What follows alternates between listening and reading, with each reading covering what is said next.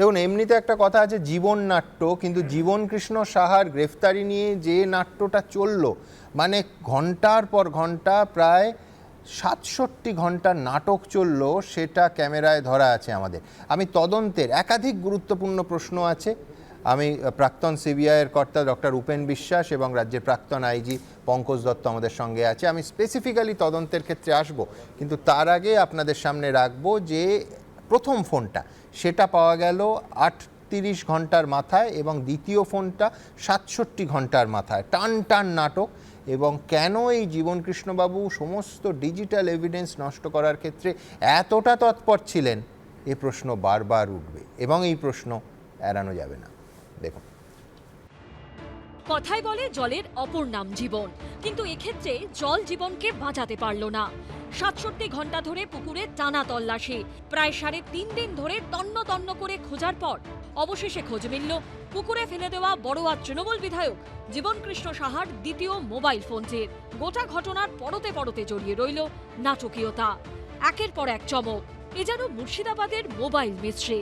শুক্রবার বেলা ১২টা মুর্শিদাবাদের আন্দিতে জীবনকৃষ্ণ সাহার বাড়িতে তল্লাশি শুরু করে সিবিআই। তাদের দাবি, ফোন দুটি বাজেয়াপ্ত করে টেবিলে রাখা ছিল। আচমকা গোয়েন্দাদের থেকে নিজের দুটি মোবাইল ফোন ছিনিয়ে সেগুলি বাড়ি লাগোয়া পুকুরে ছুঁড়ে ফেলে দেন তৃণমূল বিধায়ক। এরপরে শুরু হয় এক দক্ষযজ্ঞ পর্ব। দুটি মোবাইল ফোনের সন্ধানে রাতারাতি ছেঁচে ফেলা হয় আস্ত পুকুর। মোবাইল ফোনের অবস্থান জানতে আনা হয় কম্প্যাক্ট স্ক্যান ডিভাইস, আনা হয় মাটি কাটার যন্ত্র, ট্রাক্টর। বিধায়ককে দিয়ে ঘটনার পুনর্নির্মাণ করিয়ে পুকুরে ঢিল ছুঁড়ে চলে সন্ধান তল্লাশি। এরই মধ্যে রবিবার সকাল ৭টা ৩৮ পুকুরে ফেলার প্রায় ৩৮ ঘন্টার মাথায় উদ্ধার হয় প্রথম ফোনটি। এর ২৮ ঘন্টা ৩৬ মিনিট পর সোমবার বেলা ১২টা ১৪ পুকুরে ফেলার প্রায় ৬৭ ঘন্টার পর দ্বিতীয় ফোনের সন্ধান মেলে। সাদা কাগজে জড়ানো প্লাস্টিকে মোড়া অবস্থায় সেটির খোঁজ পান উদ্ধারকারী শ্রমিকরা। এই মুহূর্তে আমাদের সঙ্গে রয়েছেন সেই ব্যক্তি যিনি মোবাইলটা উদ্ধার করেছেন। সবারই যার ভাগ্যে ছিল হাতে পেল, হ্যাঁ, আমার ভাগ্যে ছিল আমি পেলাম। আপনার বিধায়ক, আপনি ভোট দিয়ে তাকে নির্বাচিত করেছেন, সেই বিধায়ক এত লোকের সঙ্গে প্রতারণা করলো, এইভাবে মোবাইল ফেলে সবার হয়রান করলো, কি মনে হয়? খারাপ করছে, খারাপ করছে কাজ। কিন্তু কি এমন ডিজিটাল এভিডেন্স রয়েছে যা নষ্ট করতে পুকুরে ফোন ছুঁড়ে ফেলার মতো নাটকীয় পরিস্থিতি তৈরি করলেন জীবনকৃষ্ণ? সোমবার তাকে আদালতে পেশ করে সিবিআই দাবি করে, বড়ুয়ার বিধায়ক কখনো এজেন্টের মাধ্যমে, কখনো মিডলম্যানের মাধ্যমে, কখনো নিজেই চাকরি প্রার্থীদের থেকে কোটি কোটি টাকা তুলেছেন। টাকার বিনিময়ে অযোগ্যদের চাকরি পাইয়ে দিয়েছেন। ওএমআর শিট বিকৃত করে যোগ্য প্রার্থীদের প্রতারণা করেছেন। বিধায়কের বাড়ি থেকে এই সংক্রান্ত প্রচুর নথি উদ্ধার হয়েছে বলে দাবি করেছে সিবিআই। এদিন সিবিআই এর আইনজীবী আরও বলেন, দুটি মোবাইল ফোন ফেলে দিয়ে ডিজিটাল এভিডেন্স নষ্ট করেছেন জীবনকৃষ্ণ। যদিও চাকরি প্রার্থীদের থেকে টাকা নেবার অভিযোগ নিয়ে আপত্তি জানান বিধায়কের আইনজীবী। সিবিআই এর আইনজীবীর তরফে আজকে কোর্টে দাঁড়িয়ে সওয়াল পেশ করা হয় যে জীবনকৃষ্ণ সাহার বাড়ি থেকে কয়েক হাজার পাতার নথি তারা বাজেয়াপ্ত করেছেন। এক একটা পাতা দেখিয়ে জীবনকৃষ্ণ সাহাকে জেরার প্রয়োজন রয়েছে। একাধিক প্রশ্নের উত্তর তার কাছ থেকে জানতে চান তদন্তকারীরা। নথি অনেক কিছুই পাওয়া যায়, কিন্তু দেখা যাচ্ছে সিবিআই এর কেসগুলোতে ম্যাক্সিমাম ক্ষেত্রে ওরা কিন্তু আনসাকসেসফুল থাকে। এগুলো একটা দেখুন, যেহেতু আমাদের মক্কেল পলিটিক্যাল পার্সন, সেই জন্য হয়তো এই সমস্ত ইয়ে হয়েছে। জীবনকৃষ্ণকে 5 দিন হেফাজতে চেয়ে আবেদন করেন সিবিআই এর আইনজীবী। পাল্টা বিধায়কের আইনজীবী দাবি করেন, জীবনকৃষ্ণ নির্দোষ, তাকে ফাঁসানো হয়েছে।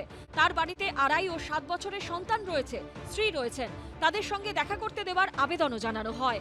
সওয়াল জবাব শোনার পর বড়ুয়া তৃণমূল বিধায়ককে শুক্রবার পর্যন্ত 4 দিন সিবিআই হেফাজতের নির্দেশ দেয় আলিপুর জাজেস কোর্ট। হেফাজতে থাকাকালীন পরিবারের সঙ্গে দেখা করার অনুমতিও দিয়েছেন বিচারক। জীবনকৃষ্ণ সাহা অনুব্রত মণ্ডলের ঘনিষ্ঠ সূত্রের দাবি, বীরভূমের ইলামবাজার থেকে মুর্শিদাবাদের বড়ুয়া হয়ে বাংলাদেশে গরু পাচার হতো। জীবনকৃষ্ণের বিধানসভা বড়ুয়া। সিবিআই সূত্রে দাবি, এখান দিয়ে গরু নিয়ে যাওয়ার জন্য প্রোটেকশন দেওয়া ও সাহায্য করতেন জীবনকৃষ্ণ সাহা।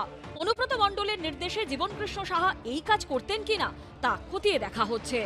প্রকাশ সিনহা ও আবির দত্তের রিপোর্ট, এবিপি আনন্দ। দেখুন, নির্বাচিত বিধায়ক কেন তার দুটো মোবাইল ছুঁড়ে ফেলে দিলেন সেটা তো নিঃসন্দেহে বড় প্রশ্ন, কিন্তু তার পাশাপাশি আরও একটা বড় প্রশ্ন আসছে, যেটা নিয়ে প্রাক্তন সিবিআই কর্তা উপেন বিশ্বাসের কাছে যাব। উপেনদা, প্রথমে যেটা জানতে চাইবো সেটা হচ্ছে, আমরা যা জানি ইডি বলুন, সিবিআই বলুন, এমনকি আইটি তারা যখন কোনো রেড শুরু করে প্রথমেই যোগাযোগ বিচ্ছিন্ন করে দেয়। আমরা আগের পুরনো ফিল্মে দেখতাম যে টেলিফোন লাইন গিয়ে কেটে দিত। আমি সেইটা আইনে আছে কিনা সেটা তো নিঃসন্দেহে একটা বড় প্রশ্ন। তার থেকেও আজকের দিনে দাঁড়িয়ে বড় প্রশ্ন সেটা হচ্ছে যখন এই রেড অফিসিয়ালি শুরু হয় উপেন্দা, তার 5 ঘন্টা পরে বিধায়ক এই মোবাইল দুটি নাকি ছুঁড়ে ফেলেছেন। এখানেই প্রশ্নটা শেষ হচ্ছে না। এরপর দ্বিতীয় মোবাইলটা পাওয়া গেল প্যাকেট বন্দি অবস্থায়, যার ভেতরে সিজার লিস্ট, কোনো জিনিস সিজ করলে সিবিআই যে রিসিপ্টটা লাগায় প্যাকেটের মধ্যে সেই রিসিপ্টটা অবধি অক্ষত। অর্থাৎ পুরো জিনিসটা দাঁড়ালো যে সিবিআই সিজ করার পরই এই বিধায়ক পুকুরে ছুঁড়ে ফেলতে পেরেছিলেন। সব থেকে বড় প্রশ্ন তো এইখানে যে সিবিআই সিজ করার পর রেড শুরু হওয়ার 5 ঘন্টা পর এই জীবনকৃষ্ণ সাহার হাতে দুটো মোবাইল গেল কি করে? আপনার কি মনে হয় না কোথাও একটা গ্রস নেগলিজেন্স কাজ করেছে এক্ষেত্রে? আমি প্রথমে সুমন বলি যে আমরা তো এটা পোস্টমর্টম করছি, তো নিশ্চয়ই আমরা এখানে পোস্টমর্টম করছি। এখন কি হয়, যখন কোনো কাউকে জিজ্ঞাসাবাদ করা হয়, কয়েকজন অফিসার মিলেই তারা করে, সেই এমন ক্ষেত্রে হয়েছে যে এমনকি রিভলভার পর্যন্ত টেবিল থেকে কি বলে যে আসামি সে সরিয়ে ফেলেছে। এও ঘটনাও ঘটে। এইবারে প্রশ্ন হচ্ছে কি যে ওর হাত থেকে দুটো কি বলে মোবাইল, এটা নেওয়াটা এটা তো একেবারে মানে অসম্ভব বলে তো ধারণা করা যায় না, নেওয়া যেতে পারে। কেন এই লোকটা খুব স্মার্ট, এর সম্বন্ধে কোনো ভুল নাই। যে এই মানে এই দুদিনের মধ্যে যা আমরা দেখলাম যে সে খুবই স্মার্ট মানুষ। অতএব সে নিশ্চয়ই আগে ওই যখনই ওই দুটো মোবাইল যে রাখা হয়েছিল টেবিলে, মানে আমরা তো আন্দাজ করছি যে টেবিলে রাখা হয়েছে বা হাতে আছে, ও আগের থেকেই ঠিক করে নিয়েছে যে কোন সময় কোন স্লিপটা আমি পাবো, মানে একটু ওরা অন্য কথা বলছে বা সেই সময় আমি ধরে এটা ফেলে দেবো। অতএব এটা যে হওয়াটা একেবারে অসম্ভব কিছু না, তার মানে এই না না আমি বলছি উপেন্দা অসম্ভব কিছু না, কিন্তু আমি বলছি জীবনকৃষ্ণ বাবু কত স্মার্ট হতে পারেন যে সিবিআই সিজ করে প্যাকেট বন্দি করে সিজার লিস্টের যে কাউন্টার পার্টের যে রিসিট সেটা প্লেস করার পর যে একজন মেন অ্যাকিউজ তিনি হাত থেকে দুটো মোবাইল নিয়ে নিলেন এবং নিয়ে তার বাড়ির ছাদে গিয়ে পুকুরে ছুঁড়লেন। আমি বলছি যে আমি স্মার্টনেস নিয়ে প্রশ্ন তুলছি না, কিন্তু আমি বলছি তাহলে তুলনামূলকভাবে বলতে হবে তদন্তকারী অফিসারদের স্মার্টনেস যথেষ্ট কম ছিল। আমি তা বলছি না, কিন্তু আমি এটা বলি যে এইরকম ঘটনা হতে পারে এবং আই মাস্ট সে এটা ঠিক যে I give him full marks যে এই যে লোকটি এই কাজটা করেছে সে খুব মানে ভালো করে কুইকলি মানে প্ল্যান করে সে কাজটা করে নিয়েছে। কিন্তু এবার যদি তুমি একটু পরে এগো যে যেভাবে নিশ্চয়ই তুমি সে প্রশ্নটা করবে যে এত সময় লাগলো কেন, এই হলো কেন। কিন্তু দেখো সুমন, একটা দুটো ফোন আমি তো আগেই বললাম যে স্মার্ট সেটা মেনে নিয়েছি। নাম্বার 2, এইরকম স্মার্ট কিন্তু আমি বহু আসামি এইরকম স্মার্টটা আমি ফেস করেছি সিবিআইতে, এবং আমি তো এখানেও ডিআইজি ছিলাম কে বলে তোমার ওয়েস্ট বেঙ্গলের সিআইডিতে। তো এরকম আমরা অনেকবার কিন্তু মানে মানে স্লিপ হয়েছে। কিন্তু পরের আসো যে I must give full marks two CBI যে যারা যে রিকনস্ট্রাকশনটা যা তারা করলো, আমরা কি ভাবতে পেরেছিলাম যে ওই কাদা যেরকম মানে এটা এই না কি সুন্দর নিচে পর্যন্ত দেখা যাচ্ছে জল, তা না, অসম্ভব কাদা, পেড়ি আমরা বলি পূর্ববঙ্গে বলি পেড়ি। তো এইটাকে মানে তার মধ্যে থেকে একটা বা দুটো মোবাইল ওরা পাবে, এটা তুমিও চিন্তা করতে পারো নাই, আমিও চিন্তা করতে পারি না, ইট ইজ ইম্পসিবল। কিন্তু আই মাস্ট সে যে ওকে দিয়ে ওই যে ছুড়িয়েছে না যে কিভাবে তুমি ফেলেছো, ও যে বললো তা না, তারপরে অফিসাররাও নিশ্চয় ওটাকে ছুড়িয়ে দেখিয়েছে। তো তাহলে সেইটা খুব অ্যাকুরেট হয়েছে যে একটা যখন প্রথমটা যেটা পেলো সেটা অ্যাকুরেট হয়েছে। একদম তো একদম এই উপেন্দ্র, আপনার যে- সঙ্গে আমি সম্পূর্ণ একমত যে 3 দিন ধরে 37 ঘন্টা ধরে যে মানে টান টান নাটকটা চললো, তার সেকেন্ড হাফে সিবিআই স্মার্টনেসের পরিচয় দিয়েছে। কেন? যে ওই রকম একটা জায়গায় 28 জন শ্রমিককে নিয়োগ করেছে, দিনরাত এক করা পরিশ্রম, জেসিবি, ট্র্যাক্টর, বিদ্যুৎ চালিত এবং ডিজেল চালিত দু ধরনের মোটর পাম্প, এলইডি লাইট দিয়ে মোটামুটি পুকুর ছাঁচার কাজে সত্যি সত্যি শোল আর বোয়াল মাছ শুধু বেরোয়নি, দুটো মোবাইল যার একটা পুকুরের বেশ অনেকটা গভীরে গেঁথে গেছিল সেটা অবধি আজকে উদ্ধার হয়েছে 67 ঘন্টা পরে। মানে আমরা একটা হিসেব করেছি, বুঝলেন, যে কত খরচ হলো। সোজা কথা, এই পুকুর ছাঁচতে গিয়ে, পুকুরের জল তুলতে গিয়ে কত টাকা জলে গেল তার একটা কাল্পনিক হিসেব বাজার দরের ভিত্তিতে প্রায় 50,000 টাকা জলে গেছে। কিন্তু সত্যি কি জলে গেছে? কোর্টে বোঝা যাবে যে সত্যি জলে গেছে নাকি বিপুল সংখ্যক তথ্য আসলে সিবিআইয়ের হাতে এলো। দেখুন তো। সমুদ্র মন্থনের ফলে উঠে এসেছিল বহু মূল্যবান সামগ্রী এবং তার সঙ্গে ধন্বন্তরী নিয়ে উঠেছিলেন অমৃতের ভাণ্ড। আর মুর্শিদাবাদের পুকুর মন্থনের ফলে উঠে এলো মোবাইল ফোন, আর সেই মোবাইল ফোনই নাকি নিয়োগ দুর্নীতি তদন্তে সিবিআই এর কাছে হয়ে উঠতে পারে অমৃতের কলস। কিন্তু এরই মধ্যে তৃণমূল বিধায়ক জীবন সাহার সামান্য কৌশল আর সিবিআই এর বড় ভুলের জেরে মাসুল চোকাতে হলো কড়াই গন্ডায়। প্রায় 3 দিন ধরে তৃণমূল বিধায়কের দুটি মোবাইল ফোন খুঁজতে গিয়ে কেন্দ্রীয় তদন্তকারী সংস্থাকে নাকানি চোবানি তো খেতেই হলো, সঙ্গে কার্যত জলেই গেল হাজার হাজার টাকা। শুক্রবার বিকেল 5টা মোবাইল ফোন পুকুরে ছুঁড়ে ফেলেন জীবন কৃষ্ণ সাহা। ফোনের হদিশ পেতে শুক্রবার রাত 10টা নাগাদ বসানো হয় একটি মোটর পাম্প। শনিবার সকালে বসানো হয় আরও দুটি পাম্প, এর মধ্যে একটি বিদ্যুৎ চালিত ও দুটি ডিজেল চালিত। রাতে সার্চ অপারেশন চলায় আনা হয় একটি বড় এলইডি লাইট। সব মিলিয়ে খরচ হয় আনুমানিক 20,000 টাকা। এখানেই শেষ নয়, শনিবার দিনভর জল তোলার পর রবিবার মোবাইল খুঁজতে প্রথমে নামানো হয় 4 জনকে, পরে মোবাইল উদ্ধারের কাজে পুকুরে নামানো হয় 10 জনকে। রবিবার ও সোমবার মিলিয়ে মোবাইলের খোঁজে নামানো হয় 28 জনকে। এদের প্রত্যেকের মাথা পিছু চার্জ 500 টাকা, অর্থাৎ এখানেও খরচ হয় 14,000 টাকা। জীবন সাহার ফোন খোঁজার খরচ এখানেই শেষ হয়নি। সোমবার বিকেল 3:30 নাগাদ পুকুরে মাটি কাটতে আনা হয় জেসিবি মেশিন ও ট্রাক্টর। জেসিবি মেশিন ও ট্রাক্টরের ভাড়া ঘন্টায় 2,000 টাকা করে। 7 ঘন্টার জন্য আনা হয়েছিল জেসিবি ও ট্রাক্টর, এর জন্য খরচ হয় 14,000 টাকা। সব মিলিয়ে খরচের হিসেব পৌঁছে যাচ্ছে প্রায় 50,000 টাকার কাছাকাছি। 18 জন আজকে দিয়েছি, আর আগের দিন দিয়েছি 10 জন। বিল 500 টাকা করে, খাওয়া দাওয়ার ব্যাপার নিয়ে 500 টাকা করে করা হয়েছে। 14,000 টাকা। সিবিআই আধিকারিকদের গাফিলতি, আর সেই গাফিলতির জেরে সরকারি কোষাগার থেকে খরচা হলো 45 থেকে 50,000 টাকা। বিধায়ক জীবন কৃষ্ণ সাহার যে দুটি মোবাইল তিনি পুকুরে ফেলে দিয়েছিলেন, সেই দুটি মোবাইল উদ্ধার করতে এই পরিমাণ টাকা খরচ হয়েছে, যার মধ্যে রয়েছে 3টি মোটর পাম্প এবং তার পাশাপাশি লেবার চার্জ এবং জেসিবি এবং ট্রাক্টর ভাড়া করার এই মূল্য। ক্যামেরায় অভিজিৎ দাসের সাথে অনির্বাণ বিশ্বাস, এবিপি আনন্দ, মুর্শিদাবাদ। আমি পঙ্কজ দত্তের কাছে যাব। পঙ্কজদা, এক হচ্ছে যে শান্তনু বন্দ্যোপাধ্যায়, দর্শকদের মনে থাকবে, তার মোবাইল যখন উদ্ধার হলো, মোবাইল ফোন, তখন অফিসিয়ালি রিপোর্ট দিল কোর্টে ইডি যে মোবাইল ফোন না, এটা গোল্ড মাইন।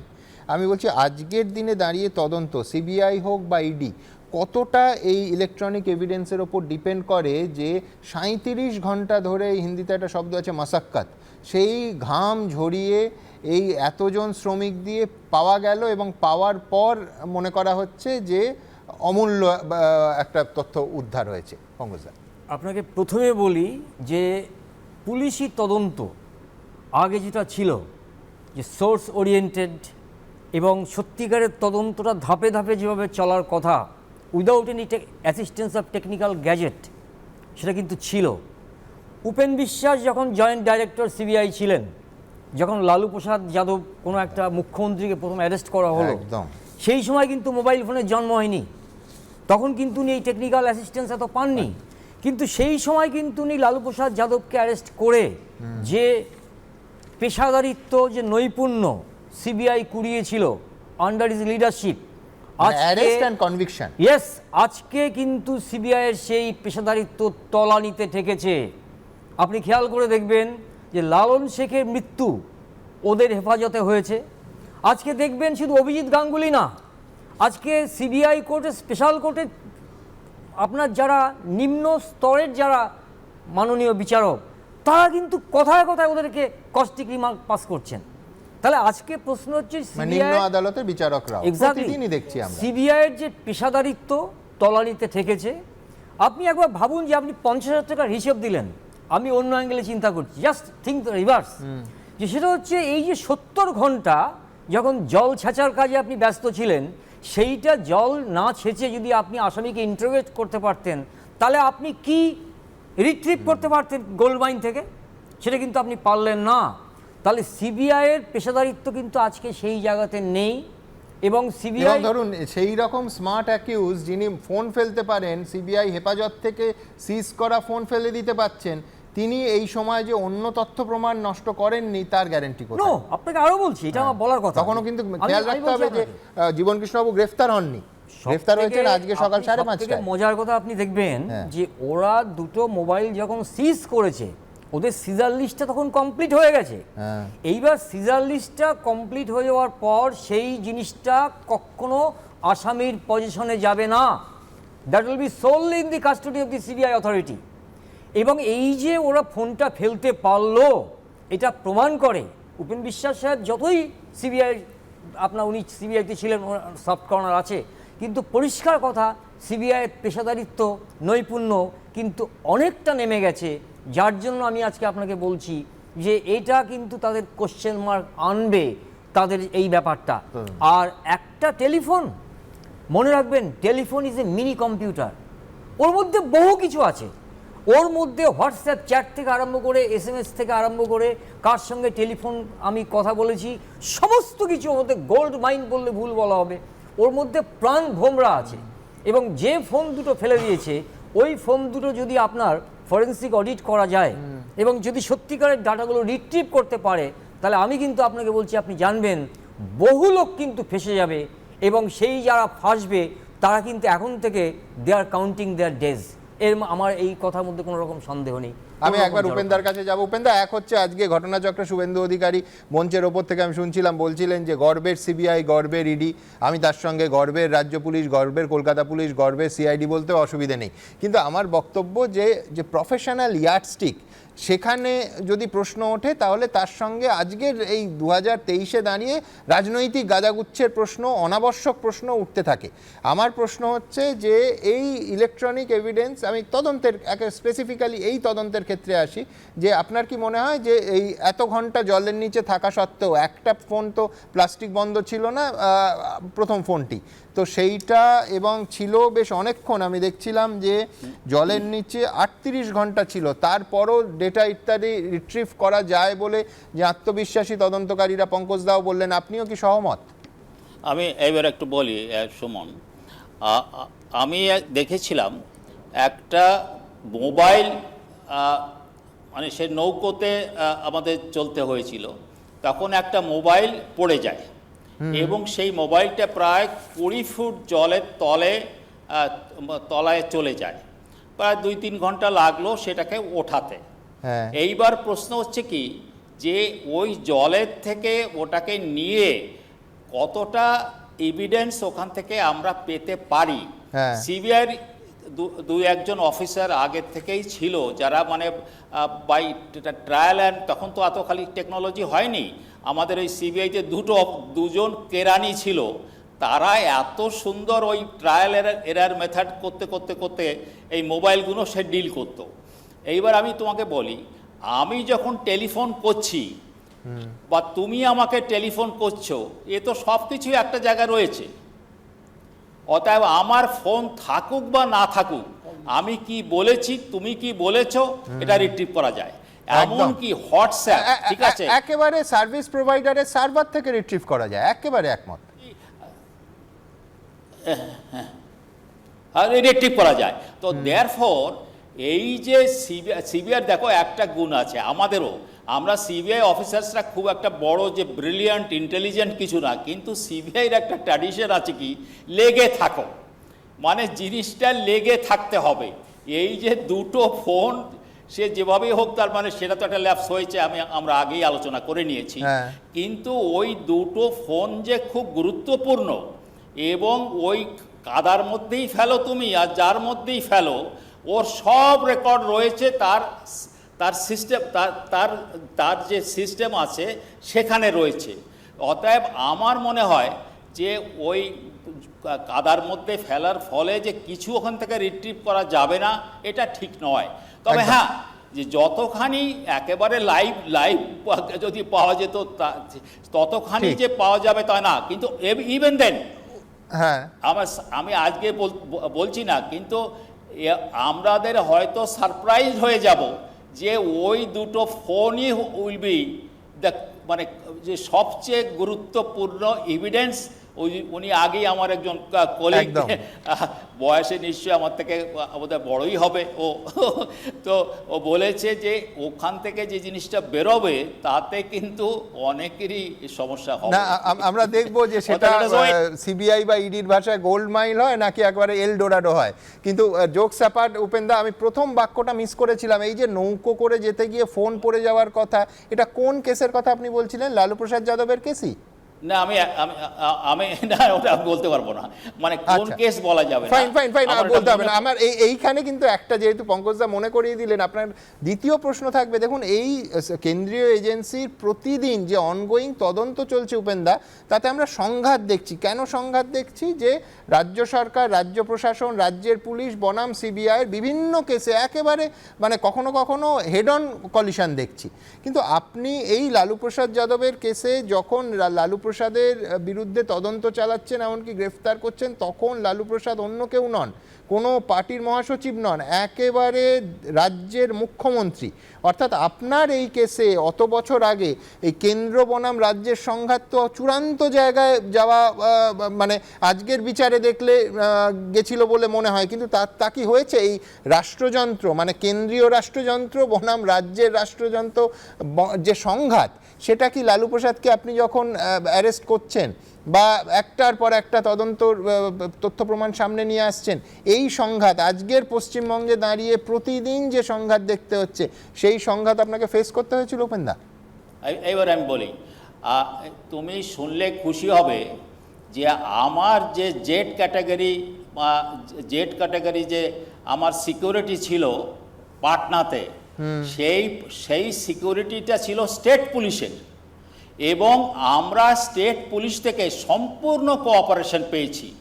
এবং তা শুধু নয়, আমি আর একটা মানে ফুল মার্কস দেব লালু প্রসাদের সরকারকে, যে কোনো রাজনৈতিক লোক এসে আমাদের শাসায়নি, বা কোনো অফিসার যারা ওই মানে স্টেট পুলিশের যারা অফিসার, তারা কখনোই আমরা যে জিনিসটা চেয়েছি সেই জিনিসটা মানে দেব না বা এ করবো না, এরকম কথা বলা হয়নি।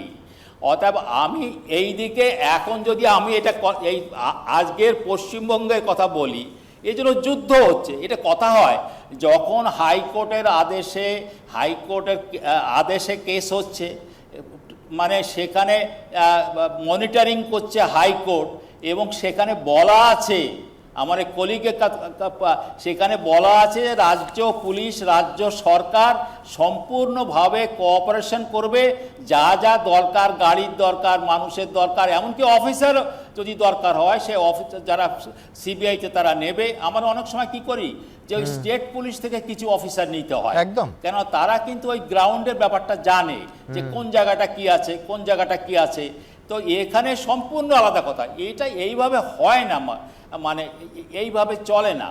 মানে এটা আমাদের যে কনস্টিটিউশন, আমাদের যে বেসিক অ্যাসাম্পশন, যে রাজ্য এবং সেন্ট্রাল গভর্নমেন্ট তারা সম্মিলিতভাবে, আফটার অল আমি যদি বলি, কোনো পলিটিশিয়ানরা বলবে যে সে চুরি চায়, কেউ বলবে? তাহলে এটা সবার কিন্তু দায়িত্ব আছে যে এই হোয়াট ইজ অ্যাকচুয়ালি ইনভেস্টিগেশন। আপনি মারাত্মক কথা বললেন। অর্থাৎ এই রকম রাজ্যের মুখ্যমন্ত্রীর বিরুদ্ধে অভিযোগ, তাকে গ্রেফতার করছেন, কনভিকশন এর দিকে যাচ্ছেন, কিন্তু রাজ্য প্রশাসন সহযোগিতা করছে এবং কোনো অসহযোগিতা, কোনো দেয়াল তোলেনি। এই তথ্য আমাদের দেওয়ার জন্য ধন্যবাদ। আমি আলোচনা আসবো, কিন্তু তার আগে পরের প্রতিবেদন দেখাবো যে এই তদন্ত চলাকালীন রেড শুরু হওয়ার 5 ঘন্টা পর মোবাইল ফোন ছুঁড়ে ফেলা, এটা নিয়ে প্রতিক্রিয়া দিয়েছেন মদন মিত্র।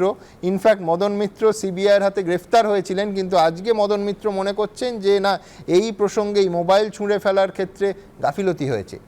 দেখুন, লাইন পড়ে গেছে, রাত্রে ঘুমাতে পারছে না, আজকেও একটা উইকেট গেছে, জীবনের মালিক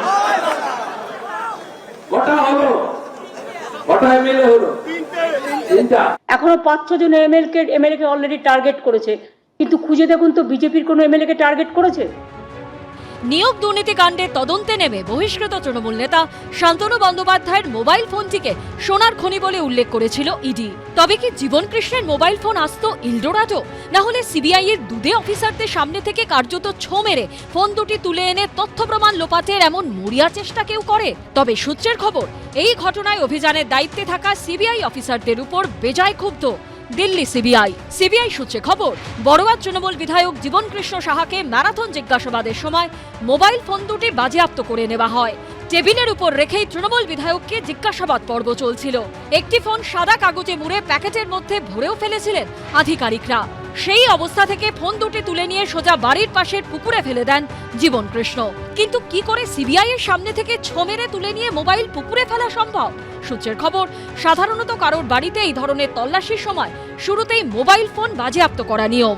শুক্রবার বেলা 12টা থেকে জীবনের বাড়িতে তল্লাশি শুরু করে সিবিআই।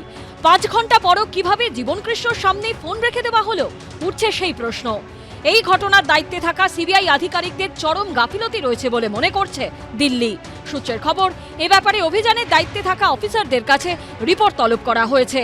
এই প্রেক্ষাপটে সিবিআই এর ভূমিকা নিয়ে মুখ খুলেছেন তৃণমূল বিধায়ক মদন মিত্র, যিনি সারদা কাণ্ডে সিবিআইডি হাতে গ্রেপ্তার হয়েছিলেন। সিবিআই যখন প্রথম কাউকে গ্রেপ্তার করে বা যায়, প্রথম কাজ হচ্ছে ওর মোবাইলগুলো নিয়ে নেওয়া। কি করে ওর হাতে এতক্ষণ ধরে মোবাইলগুলো ওর কাস্টাডিতে ছিল? তাহলে কি সিবিআই মধ্যে কোথাও ল্যাকনেস দেখা দিয়েছে? সিবিআইয়ের মধ্যেই কি চোরা স্রোত বইছে? মানে সিবিআইয়ের কিছু অফিসারের মনে এটা আসছে যে কাজগুলো ওরা করছে এগুলো পাপ করছে, এগুলো ঠিক করছে না, এবং তৃণমূলের বিরুদ্ধে তাদের দিয়ে যে নোংরামি করানো হচ্ছে তারা মন থেকে মেনে নিতে পারছে না। 5.5 ঘন্টা সিবিআই বাড়িতে ঢোকার পরেও একটা পিঁপড়ে পর্যন্ত বাইরে থাকে না স্ক্যানারের, 2টো মোবাইল ফোন রইল। শুক্রবার বিকেল থেকে সোমবার দুপুর দীর্ঘ সময় ধরে জলের মধ্যে পড়েছিল ফোন। সূত্রের খবর, বিশেষজ্ঞদের পরামর্শ অনুযায়ী সিবিআই আধিকারিকরা ড্রায়ার দিয়ে ফোন শুকোনোর চেষ্টা করলেও এখনো তা খোলা সম্ভব হয়নি। ফোনটি খুব দ্রুত ফরেনসিক পরীক্ষার জন্য পাঠানো হবে বলে সিবিআই সূত্রে খবর। তদন্তকারীরা জেনারেলি মোবাইল নেওয়ার পর জেনারেলি তাকে ডিস্টিল ওয়াটার বা অন্যান্য বিশেষ ধরনের লিকুইড দিয়ে সে তার মোবাইলের এসডি কার্ড বা মেমোরি কার্ডগুলোকে পরিষ্কার করে নেওয়ার পর তা থেকে ডাটা উদ্ধার করার চেষ্টা করেন, এবং এটা অধিকাংশ ক্ষেত্রেই সম্ভব। প্রাথমিকভাবে সিবিআই এর অনুমান, জীবন কৃষ্ণর ফোন দুটিতে থাকতে পারে গুরুত্বপূর্ণ চ্যাট, আর্থিক লেনদেন সংক্রান্ত তথ্য, গ্যালারিতে থাকতে পারে চাকরি প্রার্থীদের নথিপত্র, এমনকি প্রভাবশালীদের সঙ্গে কথোপকথনের রেকর্ড থাকার সম্ভাবনাও উড়িয়ে দিচ্ছে না সিবিআই। প্রকাশ সিনহা, পার্থপ্রতিম ঘোষ ও সুদীপ্ত আচার্যর রিপোর্ট, এবিপি আনন্দ। সোহেমাদা, পেশাদারিত্বের অভাব ল্যাবস অবধি ঠিক ছিল, কিন্তু মদনদা বলছেন চোরাস্রোত থাকতে পারে। না, সেটাই, মানে সিবিআইয়ের বিবেক জাগ্রত হচ্ছে এবং সিবিআই তৃণমূল কংগ্রেসের এমএলএকে মোবাইল ছুঁড়তে বলছেন, এটা একরকম। সেরকমভাবেই বলতে হয়, সত্যি তো খুব ভালো কাজ হয়েছে যে 100 দিনের কাজের কথা 2004-এ ইউপিএ সরকার বলেছিল, এখন মোবাইল ছুঁড়ে ফেলা হবে আর তারপর পুকুরে খোঁজা হবে, এটাকে 100 দিনের কাজ হিসেবে আপনারা ভাবতেই পারেন। সুতরাং ভারতবর্ষের রাজনীতি একটা অন্য ধারায় বইছে, পশ্চিমবঙ্গের রাজনীতি একটা অন্য পথে হাঁটছে, এগুলো আমাদের দেখতে হবে। আসল কথাটা কিন্তু বারবার এত মানুষের পরিশ্রম, আমাদের যে একটা রাষ্ট্রযন্ত্র কি করা উচিত, মানুষের উন্নয়নে লড়াই করবে, দুর্নীতিমুক্ত একটা সমাজ গড়ায় লড়াই করবে, সেই জায়গাগুলো সম্পূর্ণ গুলিয়ে গিয়ে পশ্চিমবঙ্গে আমাদের মোট রিসোর্স, সময়, সবকিছু কিন্তু নষ্ট হচ্ছে এই একই আলোচনায়। আপনি আমাকে একটা কথা বলুন, প্রফেশনাল দক্ষতার প্রশ্ন উঠছে। আমরা দীর্ঘদিন পুলিশে ছিলাম, অনেক দিন ছিলাম, প্রফেশনাল দক্ষতাটা খুব একটা খারাপ আমরা জানি না।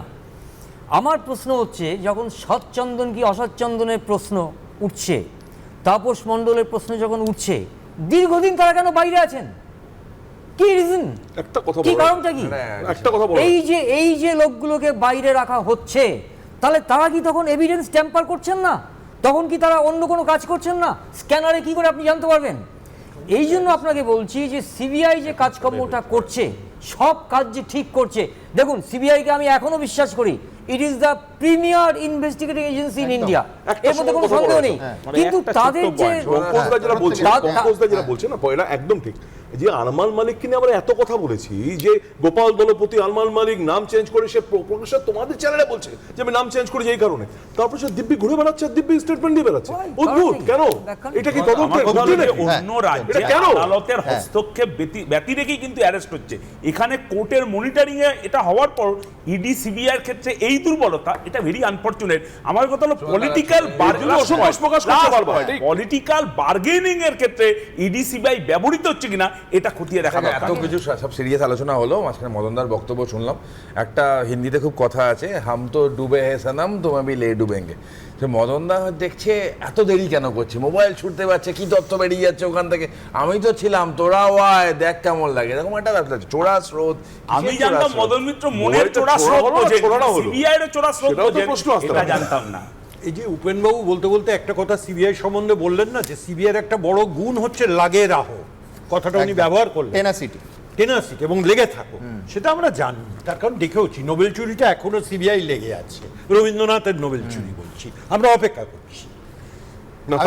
আমি ডক্টর উপেন্দ্রের কাছে যাব, এর কটাক্ষের জবাব একমাত্র প্রাক্তন সিবিআই কর্তাই দিতে পারবেন। উপেন্দা, আমি একটা কথা বলি, আমি যখন এই প্রথম আমরা ঠিক করলাম যে আমি প্রস্তাব দিলাম যে কিভাবে তদন্তটা করতে হবে, তখন আমি জাস্টিস গঙ্গোপাধ্যায়কে বলেছিলাম যে আপনি এই কেসটা একটা সিট করতে হবে এবং আপনার একটা অর্ডার যদি দেন আপনি যে এইটা কোর্ট মনিটরড ইনভেস্টিগেশন হবে, তখন উনি বললেন যে কেন এটা আপনি চাচ্ছেন কেন?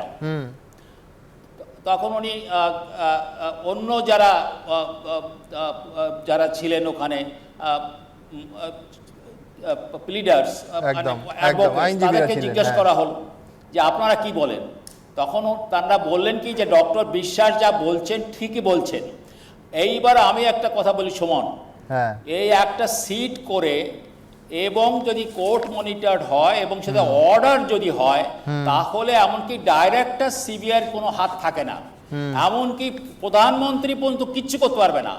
এবং তার আমি আগেও একবার তোমার এতে বলেছিলাম যে যখন আমাদের এখন যিনি প্রধানমন্ত্রী আছেন তার বিরুদ্ধে একটা কেস হয়েছিল, সেখানেও একটা সিট হয়েছিল এবং সেখানকার যে সিট ইনচার্জ তিনি একজন মানে রিটায়ার্ড সিবিআই ডাইরেক্টর ছিলেন, তো তখন তো কেউ সেখানে ইন্টারফেয়ার করতে পারে নাই।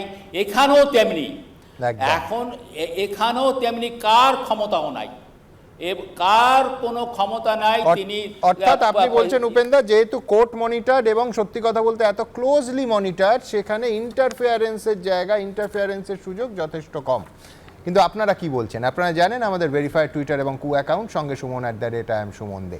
আমি দ্রুত কয়েকটা মন্তব্য নেব। প্রচুর মানুষের মন্তব্য আসছে যে এই এত ঘন্টা ধরে যে নাটকটা চললো তাই নিয়ে। শান্তনু দাস তিনি লিখছেন, সত্যযুগে সমুদ্র মন্থনে অমৃত পেয়ে দেবতারা জীবন পেয়েছিলেন, কলিযুগে পুকুর মন্থনে মোবাইল হারিয়ে জীবন জেলে গেলেন।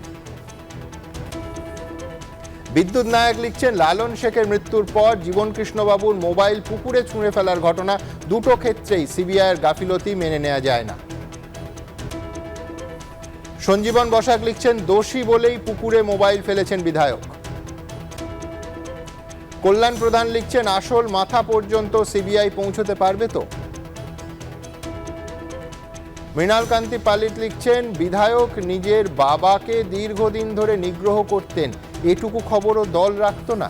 ঠিক এইখান থেকে আমার পরের প্রতিবেদন। আমি খানিকক্ষণ আগে সমিতদাকে বলছিলাম যে দল পাশে দাঁড়িয়েছেন, কিন্তু তার বাবা জন্মদাতা আজকে তীব্র ভাষায় ছেলেকে আক্রমণ করেছেন গ্রেফতারির পর। ঠিক কি বলেছেন তিনি দেখাবো।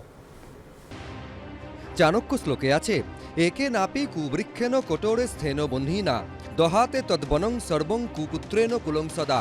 অর্থাৎ একটিমাত্র গাছে লাগা আগুন থেকে যেমন সম্পূর্ণ বনাঞ্চল ভস্মে পরিণত হতে পারে, তেমনি একজন কুপুত্রের দ্বারাও সম্পূর্ণ পরিবার ধ্বংস হতে পারে। পরিবার কেউ ছাড়েননি সিবিআই এর হাতে ধৃত জীবনকৃষ্ণ সাহা। ছেলে আপনার ডেঞ্জারাস, দেখতে পেয়েছেন না? আমার মনে হয় কোনো দুঃখ নাই, ও যে আমার ক্ষতি করে ও বুঝবে। ওনার সঙ্গে যখন বোন বলে পরিচয় দিতে তো লজ্জা তো লাগছেই, আর ওনার সঙ্গে বোন বলে উনিও কোনোদিন মর্যাদা দেননি। জীবন কৃষ্ণ সাহা পরমার তৃণমূল বিধায়ক, নিয়োগ দুর্নীতিতে সিবিআই এর হাতে ধৃত।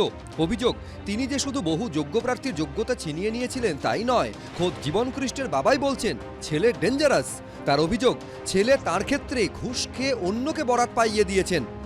সিবিআইয়ের হাতে গ্রেপ্তার হয়েছে নিয়োগ দুর্নীতিতে অভিযুক্ত তৃণমূল বিধায়ক জীবন কৃষ্ণ সাহা। আমরা এই মুহূর্তে রয়েছি তার বাবার সঙ্গে, সাঁইথিয়ায় তালতলায় তার বাবার রাইস মিল, সেখানে আমরা উপস্থিত রয়েছি। আর আপনার সঙ্গে কথা বলবো বিশ্বনাথবাবু, আপনার ছেলে জীবন কৃষ্ণ সাহা, তাকে সিবিআই আজ ভোরে গ্রেপ্তার করেছে, এটা কি শুনে প্রথম আপনার কি মনে হলো? আমার মনে কিচ্ছু হয় না, আমার মনেও কোনো দুঃখ নাই। ও যে আমার ক্ষতি করে ও বুঝবে, আমি ওই সব ব্যাপারে আমি কোনো করি না, ইন্টারফেয়ার করি না। এমএলএ হয়েছে তাও বলেনি, বা কিভাবে হয়েছে তাও বলেনি, আমাকে কোনোদিন জানায়নি। আমাকে অসম্মান করে সবসময়, আমার ব্যবসার ওপরেও ট্রাভেল করে। ওই গোডাউনে আপনার গাড়ি লাগাতে দেয় না, আমার যা ক্ষতি করে, আমি ওই কি অযোগ্য দিয়েছে না দিয়েছে ওসব আমি বলতে পারবো না। লোক আসতো দেখতাম। মারধর করত, ক্রমাগত ছেলের হুমকির মুখে পড়তে হয়েছে, বলছেন খোদ জীবনের জন্মদাতা। আমাকে তো মারতে চলে আসে, এই 10 দিন আগেই বলেছে তোকে হাজতে ভরে দেবো দিয়ে আমাকে বলে হুমকি দিয়েছে আপনার? হ্যাঁ, এই 7 দিনও হয়নি। আমরা কিছু বলতে পারি না যে ওর পাওয়ার আছে। জীবন কৃষ্ণের বাবার অভিযোগ, প্রতিবেশীদের উস্কে তাকে চাপ দিয়ে সাঁইথিয়ার বাড়ি বিক্রি করতে বাধ্য করেছিল ছেলে। এমনকি ছেলের আচমকা উত্থান এবং বিধায়ক হওয়া নিয়েও প্রশ্ন তুলেছেন তিনি। ও কিন্তু আমার সর্বদা ক্ষতি করার লেগে আছে। অতিষ্ঠ হয়ে গিয়েছি আমি। ওই বাড়ি, বসত বাড়ি, বহুত দিনকার পুরনো বাড়ি বিক্রি করতে আমি বাধ্য হয়েছি। টিকিট পেল কিভাবে তৃণমূলের? টাকা পয়সা দিয়ে হয়েছে। জীবন কৃষ্ণ সাহার কীর্তিতে লজ্জিত তার সৎমা গায়ত্রী সাহাও। খারাপ তো লাগছে, চাকরি করতে করতে এইসব করছে, খারাপ তো লাগছে শুনে। তো ও তো আমাদের সাথে কোনো সম্পর্ক নেই, ও যেভাবে হাইফাই চলে এই করে আমাদের সেরকম না, আমরা সিম্পল। চার্লস ডিকেন্স লিখেছিলেন, family not only need to consist of merely those whom we share blood, but also for those whom we would give blood. দুর্নীতির অভিযোগ নয়, বিরোধীদের আক্রমণ নয়, গ্রেফতারির পর এখন পরিবারের বক্তব্য জীবন কৃষ্ণের অন্যতম বিড়ম্বনার কারণ। অনির্বাণ বিশ্বাস, এবিপি আনন্দ। নিয়োগ দুর্নীতি মামলায় আজই গ্রেফতার হয়েছেন জীবন কৃষ্ণ সাহা। এতক্ষণ দেখালাম আপনাদের গোয়েন্দাদের সন্দেহ, অনুব্রত মণ্ডলের অত্যন্ত ঘনিষ্ঠ জীবন কৃষ্ণ বাবুর সঙ্গে গরু পাচারেরও যোগাযোগ থাকতে পারে। এখন এইসব তদন্তের বিষয়, কিন্তু দল আবার স্পষ্ট করে দিয়েছে তারা কেষ্টবাবু এবং জীবনবাবুর একেবারে পাশেই আছে।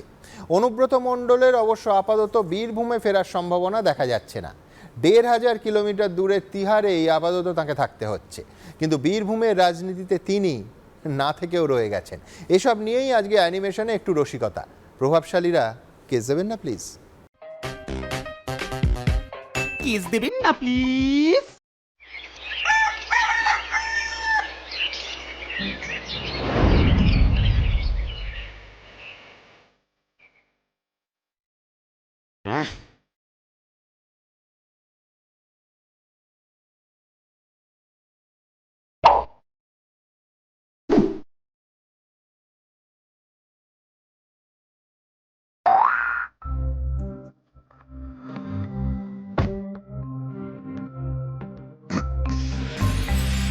হয়তো আমাকে কারো মনে নেই, আমি তো ছিলাম এই জেলাতেই। হয়তো আমাকে কারো মনে নেই, আমি তো ছিলাম এই জেলাতেই। চড়াম চড়াম করে ঢাক বাজাতাম, নকুল দানার নাকি বেড়ে গেছে দাম। গুড় বাতাসা খেতেও খাসা, গুড় বাতাসা খেতেও খাসা, আর মজা কেস দেওয়াতে। হয়তো আমাকে কারো মনে নেই, ফিরে এলাম আমি এই জেলাতেই।